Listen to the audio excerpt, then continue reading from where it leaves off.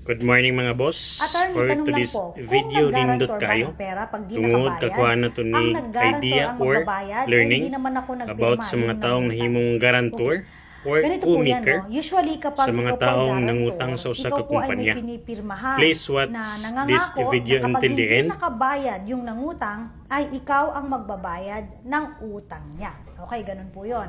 Ngayon, iba po kapag ang pinirmahan niyo po ay co-borrower or co-maker. Ayan. Tignan niyo po yung pinipirmahan niyo ha, kasi hindi po kayo guarantor doon. Kayo po ay directly liable doon sa inutang nung nangutang. Anong pinagkaiba nila?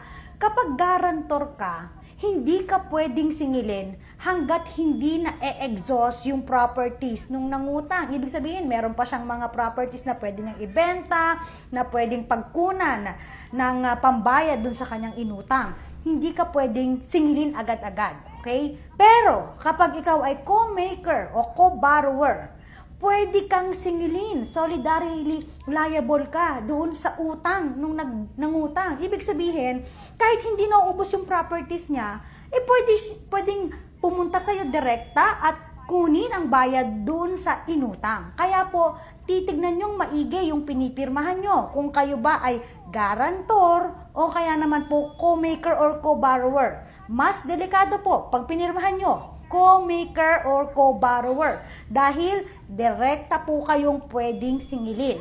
Unlike kapag guarantor, hindi kayo pwedeng singilin hanggat hindi nauubos yung properties nung nangutang. Kapag ubos na siya, saka ka lang pwedeng masingil.